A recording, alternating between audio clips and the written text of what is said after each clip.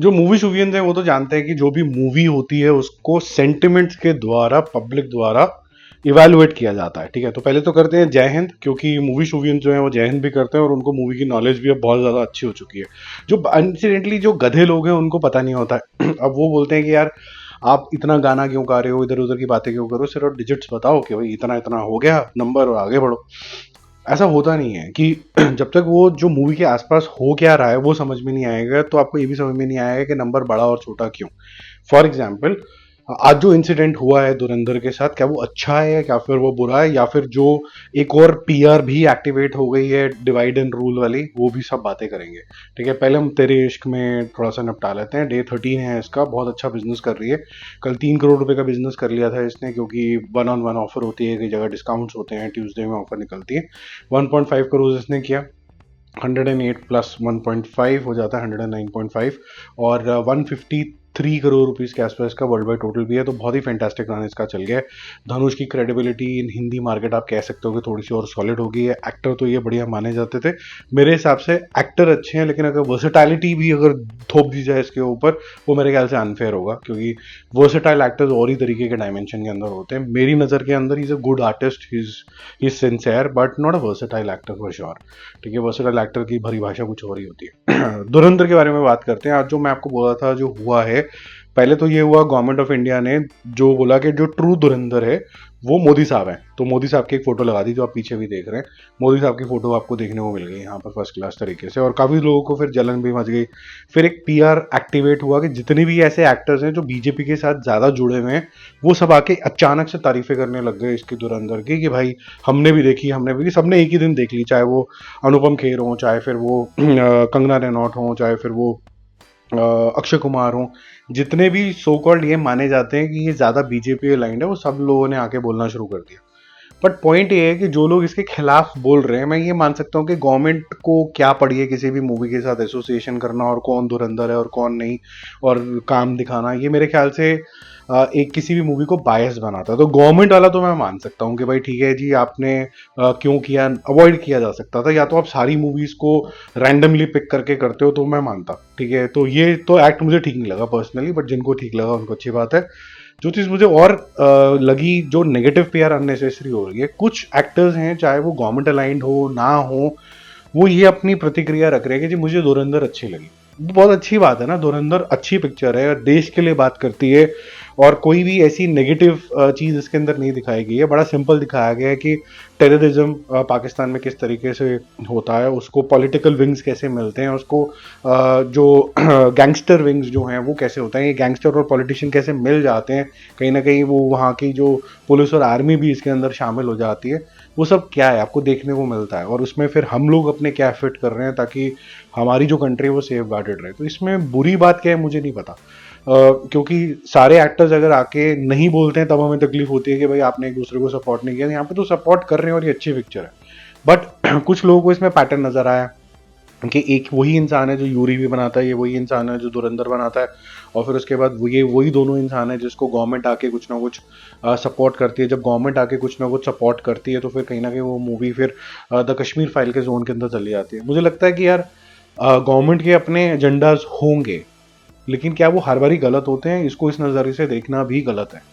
छावा जैसी मूवी या धुरंधर जैसी मूवी ये आपको बहुत प्रेरणा देती है। मैं बार बार आपको यही चीज़ बोलता हूँ कि इवन स्काई फोर्स जैसी मूवी, कोई भी ऐसी मूवी जो आपके आगे वाली पीढ़ी को सिर्फ इतनी सी प्रेरणा दे देती है कि यार ये जो बच्चा बड़ा हो रहा है, टीनेजर से अपने करियर के बारे में सोच रहा है, तो वो सोल्जर बनने की कोशिश करे, लॉ सिस्टम में जाने की कोशिश करे, इवन पॉलिटिशियन बनने की कोशिश करे, और जो जेन्युइनली ये जो झूठे वादे करते हैं कि भाई हम आपकी देश की सेवा करने के लिए लड़ रहे हैं और ढोल नगाड़े बजा रहे हैं, हमें सेवा करने दो, हमें सेवा करने दो, वो जेन्युइनली कोई सेवा करने का कोई प्रयत्न करे शुरू से।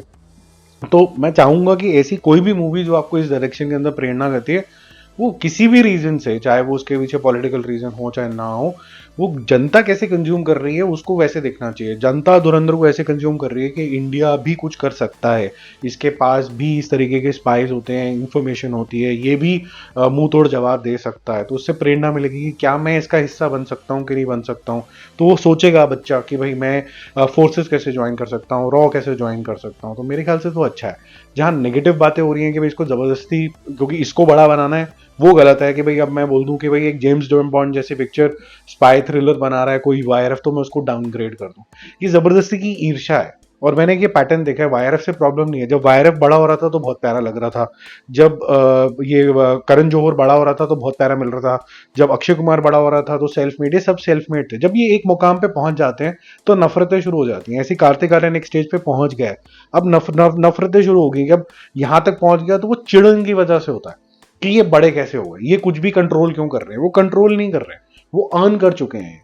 ये जो भी पोजीशन पे कोई कहीं पर पहुंचता है वो अर्न कर चुका होता है, क्योंकि उसकी इक्विटी मार्केट में हो चुकी होती है। ठीक है, इसको यहीं पर ही छोड़ते हैं। होपफुली आपको जिस समझ में आ गया हो। तो धुरंधर को लेके negative PR, positive PR, production house से पीआर, डायरेक्टर साहब से पीआर, एक्टर्स की पीआर, किसी एक मेन लीड से फोकस हटा के सेकंड लीड के ऊपर फोकस कर देना ताकि धुरंधर न्यूज में रहे, ऐसा सब कुछ हो रहा है। Nobody is clean, that's what I want to highlight, but what is clean is the intention behind Dhurandhar. Superb film, well directed, बहुत अच्छी लगी मुझे, और आगे बच्चों को भी प्रेरणा देगी। मैं पास्ट नहीं देख रहा हूँ इसके अंदर, मैं तो इस पिक्चर से फ्यूचर देख रहा हूँ कि लोगों को क्या प्रेरणा मिलेगी और जो कंज्यूमर हैं इसके वो क्या टेक अवे लेके जाएंगे। आज भी टेक अवे उन्होंने बहुत ही ज्यादा जबरदस्त लिया है। अब तो गवर्नमेंट का भी पुश आ गया, तो आई एम श्योर ये पिक्चर और आगे जाएगी। अनस्टॉपेबल जोन के अंदर है ये। 29 करोड़ रुपीज इसने कल किया था, जो कि ऑफर्स के साथ था। आज विदाउट ऑफर्स भी कम से कम 24-25 करोड़ ये करने वाली है। तो नियर अबाउट 159.5 या 160 मान लो रफली, 25 करोड़ रुपए और करके ये 184-185 पे आज डेफिनेटली चली जाएगी, which means will come very close to 300 crore also, क्योंकि कल 238 करोड़ वर्ल्ड वाइड था, जिसमें 50 करोड़ रुपए बाहर से भी आए हैं। तो ये बाहर भी चल रही है।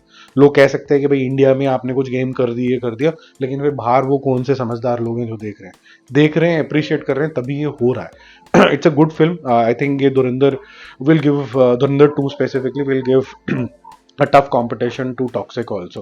ठीक है, तब तक सब लोग अगर जिंदा रहे, क्योंकि बहुत ज़्यादा टॉक्सिक बाहर हवा भी चल रही है, स्पेसिफिकली दिल्ली एनसीआर में, जहाँ पर गले वाले की बैंड बजी पड़ी है, ठीक ही नहीं हो रहे हैं। अगर जिंदा रहे तब तक तो मेरे ख्याल से धुरंधर 2 will definitely give good competition.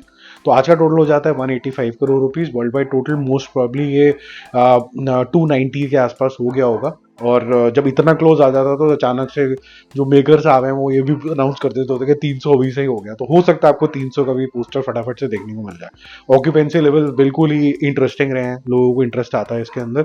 19% कल शुरू हुआ था, 33%, 43, और नाइट शोज तो बहुत फैंटास्टिक गए, 63। यानी कि फैमिलीज ज्यादा जा रही हैं। जितने भी ये जो एज ब्रैकेट होता है, टीनेजर्स वाला और गर्लफ्रेंड बॉयफ्रेंड वाला, ये आफ्टरनून और इवनिंग तक रहता है ज्यादातर, मॉर्निंग भी थोड़ा बहुत रहता है। लेकिन नाइट शोज अगर फिल होने शुरू हो जाए तो मतलब फैमिलीज को समझ में आ गई है पिक्चर। आज भी वैसे ही जाने वाला है। आज 17% पे ओपन हुई, 31%, 42% के आसपास इवनिंग शोज हैं, और नाइट शोज एक्सपेक्टेड हैं 55 के ऊपर ही रहना चाहिए इसका। तो हेल्दी रन रेट इसका चल रहा है। फैमिली जाके देख रही है, एंजॉय कर रही है। मैं यही बोलूंगा इससे, जब आप वापस आओ तो बॉलीवुड या फिर ये सिनेमा या वो सिनेमा के लिए नफरतें मत लेके आओ, प्यार लेके आओ कि ये पिक्चर अच्छी बनी है, कुछ चेंज आ रहा है सिनेमा के अंदर। ये नहीं कि पागलों की तरह शान से आ गए और बोलना शुरू कर दिया कि उसने गलत पिक्चर बना दी, इसने उसको किसी को बिकनी पहना दी।